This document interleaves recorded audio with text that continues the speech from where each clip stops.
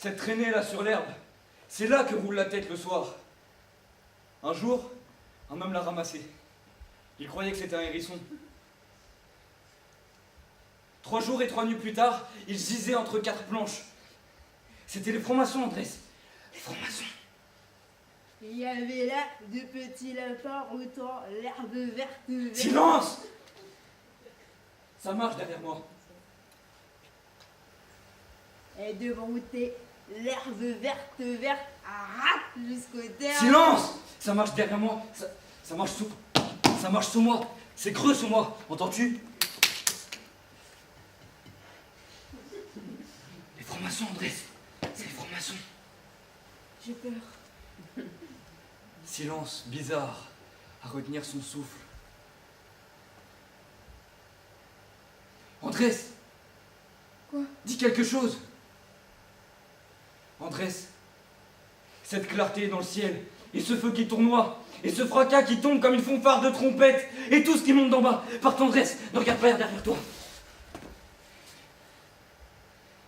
Wojtek, tu entends toujours? Silence, tout est silence, comme si le monde était mort. Tu entends? Il va le tambour là-dedans, filons!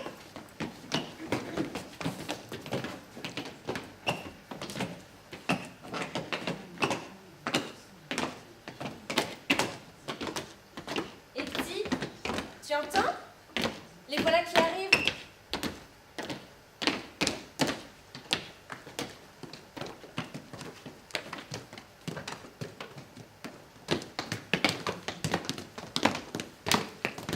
Quel homme, comme un arbre, monté sur ses pieds comme un lion.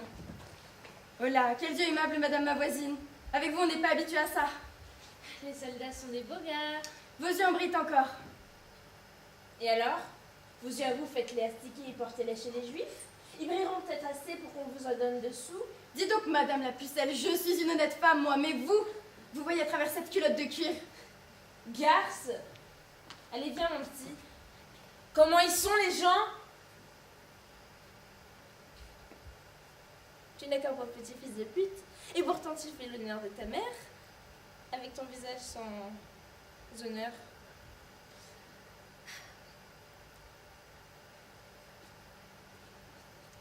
Fillette, que vas-tu faire à présent? T'as un petit pas de mari, à quoi bon ce souci? Pourtant, si je chante toute la nuit, do, l'enfant do, nul ne t'emportera. Qui est là? C'est toi, France? Entre! Je peux pas. Faut que j'y aille. C'est l'heure de l'appel. Qu'as-tu, France? Ça a recommencé, Marie, toutes ces choses. N'était-il pas écrit? Et la fumée montera du ciel comme elle monte d'un poil. Ça m'a suivi jusqu'aux portes de la ville. Arrête un peu. Il faut que j'y aille, Marie. Au revoir. Adieu. France! Ce bonhomme, l'esprit complètement dérangé. Il n'a même pas regardé la tête de son enfant. Toutes ces idées le font dérailler. Qu'as-tu, petit? Tu as peur? D'habitude, la lanterne éclaire à l'intérieur. Je n'en peux plus. Ça me donne des frissons.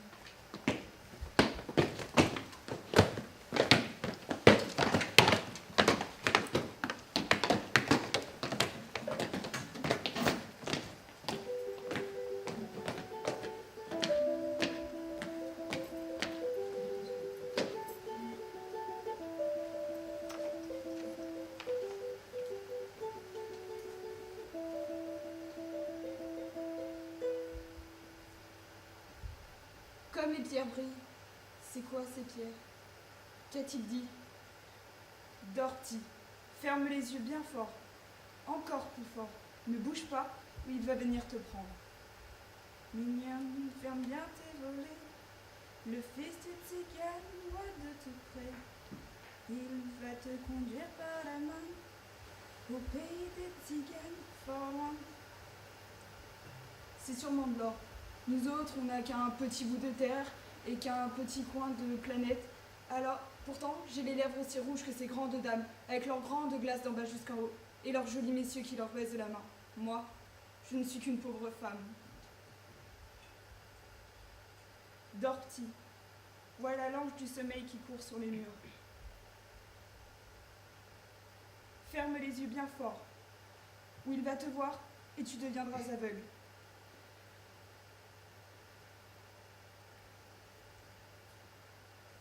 Was hast du? Rien. Mais ça brille sous tes doigts. C'est une petite boucle d'oreille, je l'ai trouvée. Je n'ai jamais rien trouvé de tel. Et deux d'un coup en plus. Alors, je suis une créature. C'est bon, Marie. Regarde comme il dort, le petit. Passe-lui la main sous son bras. La chaise lui fait mal. Il a de vraies gouttes de sueur sur le front. Tout est labeur pour nous, pauvres gens. Tiens, Marie. Voilà ma solde et quelque chose de mon capitaine. Dieu te le rende, Franz. Au revoir, Marie. À ce soir. Adieu.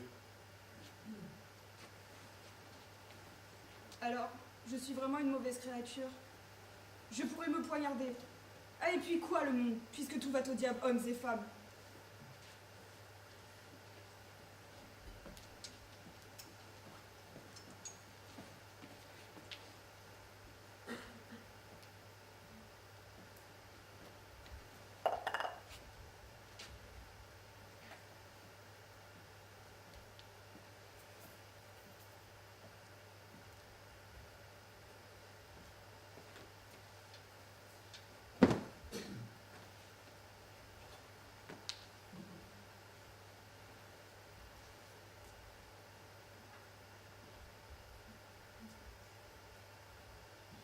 Lentement, Wojciech, lentement.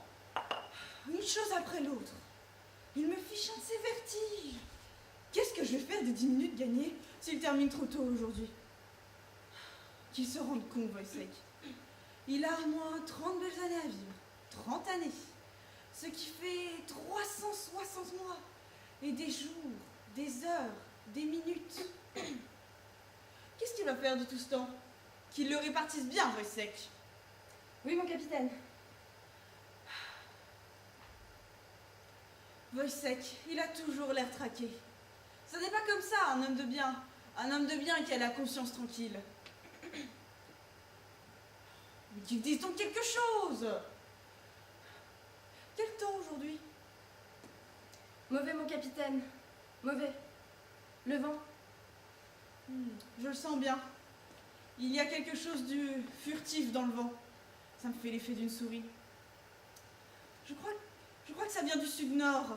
Oui, mon capitaine.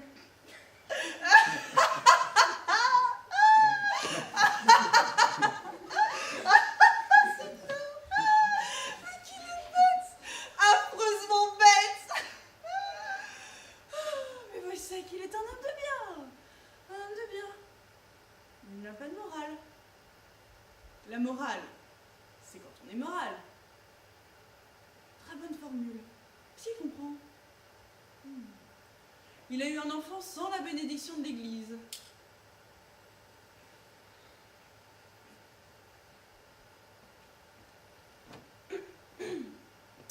Mon capitaine, le bon Dieu n'ira pas vérifier si le pauvre petit vermisseau il a reçu la mène avant d'être fabriqué. Le Seigneur a dit, laissez venir à moi les petits enfants. Qu'est-ce qu'il raconte là? Voilà une réponse bizarre. Ah, il m'embrouille complètement avec sa réponse. Et quand je dis il, c'est de lui dont je parle, lui là. Nous autres, les pauvres gens, voyez-vous, mon capitaine? L'argent, l'argent, celui qui n'a pas d'argent. Allez donc mettre un de vos semblables au monde pour cause de morale. Et puis, on est aussi de chair et de sang. Nous autres, on est malheureux dans ce monde-ci comme dans l'autre. Je crois que si nous allions au ciel, il faudrait encore aider à faire le tonnerre. Ah, Wojciech, il n'a pas de vertu. Il n'est pas quelqu'un de vertueux. Oui, mon capitaine, la vertu. Moi, je n'en suis pas encore là. Nous, les gens ordinaires, on n'a pas de vertu, on a seulement la nature qui nous vient comme ça. Mais si j'étais un monsieur, si je portais un chapeau, une montre, si je savais parler avec élégance, il me plairait d'être vertueux. Ça doit être bien beau, la vertu, mon capitaine. Mais moi, je suis un pauvre bougre. Bon, Wojciech, tu es un homme de bien, un homme de bien. Mais tu penses trop, ça te ronge. Tu as toujours l'air traqué. Tiens, va maintenant et ne cours pas comme ça. Descends la rue lentement, bien lentement.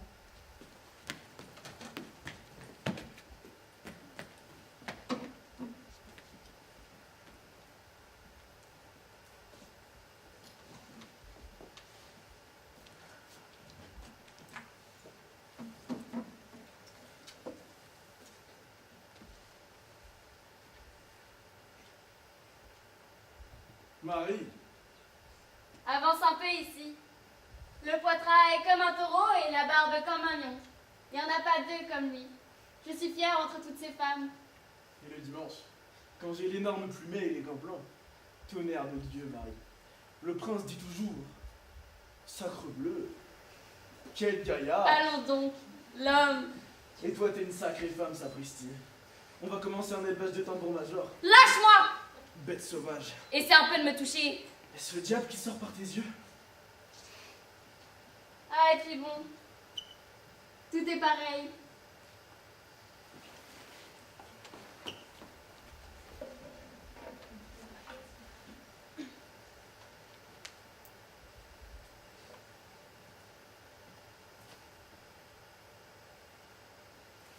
Vous vous troublez, madame, et changez de visage. Lisez-vous dans mes yeux quelques tristes présages? Seigneur, je ne veux plus déguiser mon erreur. J'allais voir Octavie et non pas l'empereur. Je le sais bien, madame, et n'ai pu, sans envie, apprendre vos bontés pour l'heureuse Octavie.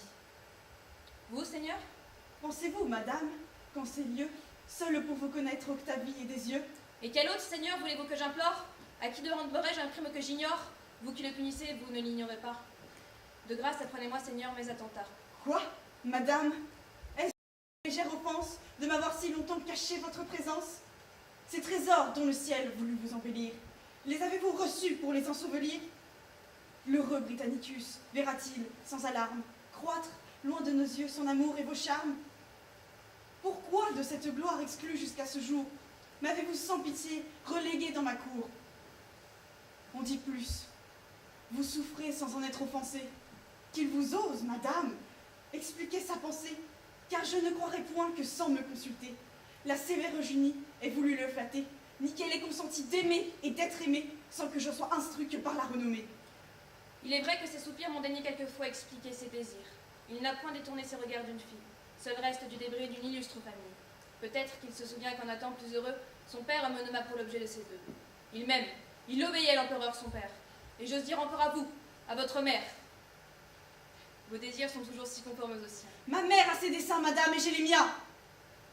Mais ne parlons plus ici de Claude et d'Agrippine, ce n'est point par leur choix que je me détermine. C'est à moi seule, madame, à répondre de vous, et je veux de ma main vous choisir un époux. Seigneur, songez-vous que toute autre alliance fera honte au César, auteur de ma naissance? Non, madame, l'époux dont je vous entretiens peut sans honte assembler vos aïeux et les siens. Vous pouvez sans rougir consentir à sa flamme. Et quel est donc, Seigneur, cet époux? Moi, madame, vous? Je vous nommerais, madame, un autre nom, si j'en savais quelque autre au-dessus de Néron. Oui, pour vous faire un choix où vous puissiez souscrire, j'ai parcouru des yeux la cour, Rome et l'Empire. Plus j'ai cherché, madame, et plus je cherche encore en quelle main je dois confier ce trésor. Plus je vois que César, digne seul de vous plaire, en doit être lui seul l'heureux dépositaire, et ne peut dignement vous confier qu'aux mains à qui Rome a commis l'empire des humains. Vous-même, consultez vos premières années. Claudius, à son fils, les avait destinés. Mais c'était en un temps où de l'empire antillais, il croyait quelque temps le nommer héritier. Les dieux ont prononcé, loin de leur contredire, c'est à vous de passer du côté de l'empire. En vain de ce présent, il m'aurait honoré, si votre cœur devait en être séparé, si tant de soins ne sont adoucis par vos charmes, si tandis que je donne aux veilles, aux alarmes, des jours toujours à plaindre et toujours enviés, je ne vais quelquefois respirer à vos pieds. Qu'Octavie, à vos yeux, ne fasse point d'ombrage, Rome, aussi bien que moi, vous donne son suffrage. Répudiez Octavie, et me fait dénouer un hymen que le ciel ne veut point avouer. Songez-y donc, madame, et pesez en vous-même ce choix digne des soins d'un prince qui vous aime, digne de vos beaux yeux trop longtemps captivés, digne de l'univers à qui vous vous devez.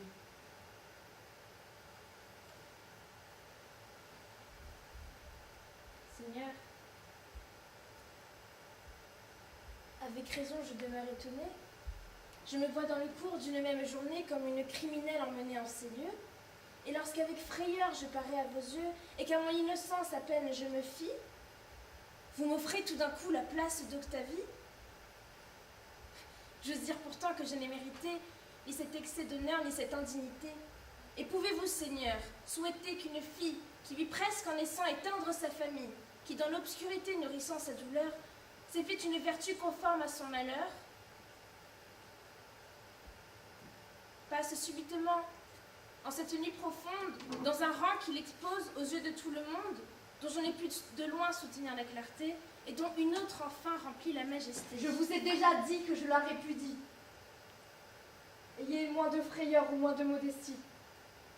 N'accusez point ici mon choix d'aveuglement, je vous réponds de vous, consentez seulement.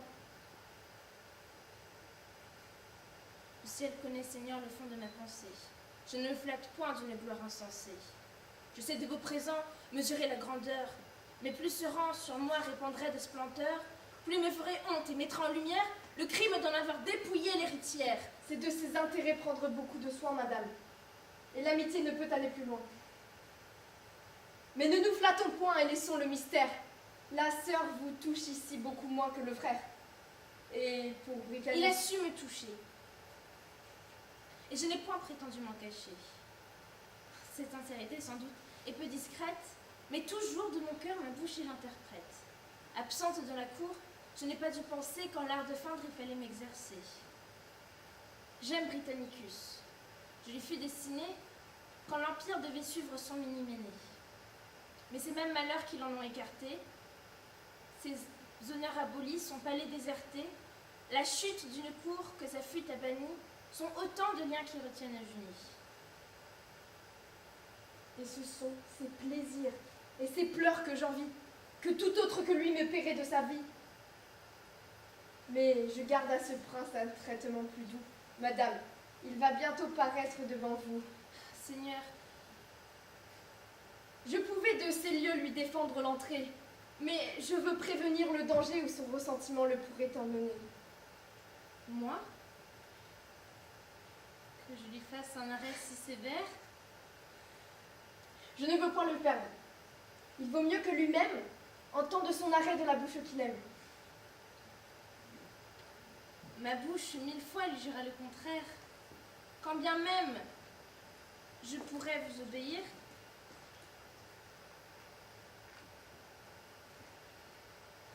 Caché près de ces lieux, je vous verrai, madame. Renfermez votre amour dans le fond de votre âme. Vous n'aurez point, pour moi, de langage secret. J'entendrai des regards que vous croirez muets. Et sa perte sera l'infaillible salaire d'un geste ou d'un soupir échappé pour lui plaire. hélas, si j'ose encore former quelques souhaits, permettez-moi de ne le voir jamais. Britannicus, seigneur, demande la princesse. Qu'ils viennent, Seigneur, je vous laisse. Sa fortune dépend de vous plus que de moi. En le voyant, songez, madame, que je vous vois.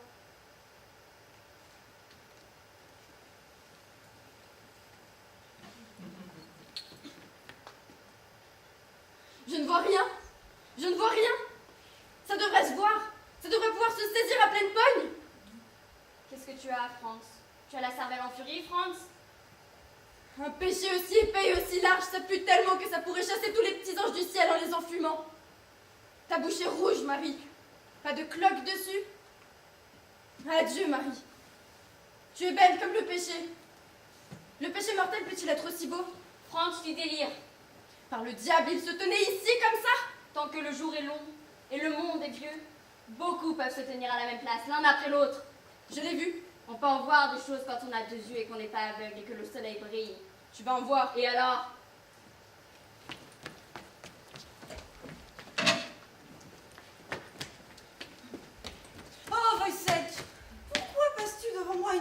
embarrassante.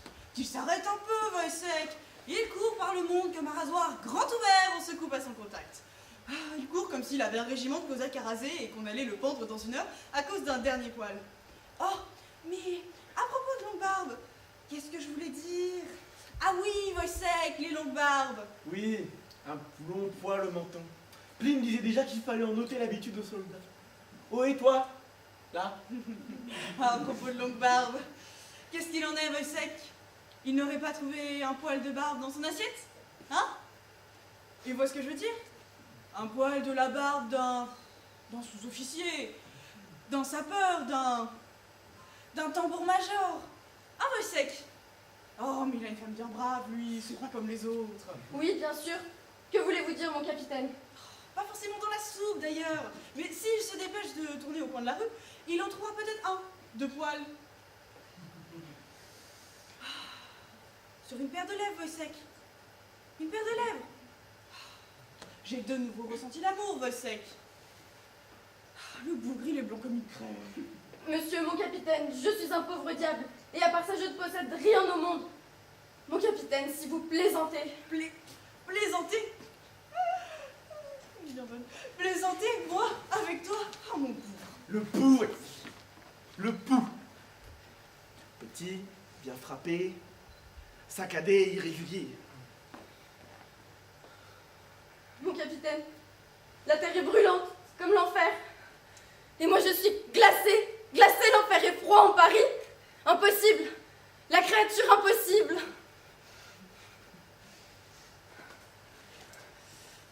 Le bougre, il veut qu'on le fusille. Il veut qu'on lui envoie quelques balles dans la tête. Mais regardez-le. Il me poignarde avec ses yeux et moi je ne lui veux que du bien parce que c'est un homme de bien. Un homme de bien.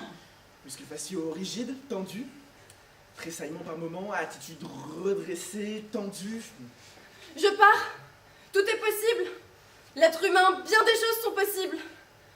Nous avons beau temps aujourd'hui, mon capitaine. Voyez ce ciel d'un gris ferme. Ça donne envie d'y enfoncer une bûche et de s'y pendre, juste à cause du tiré entre le oui et le non. Mon capitaine, le oui et le non. Est-ce le non qui est coupable du oui, ou bien le oui du non? Je pars y réfléchir. Phénomène Wojciech, une prime.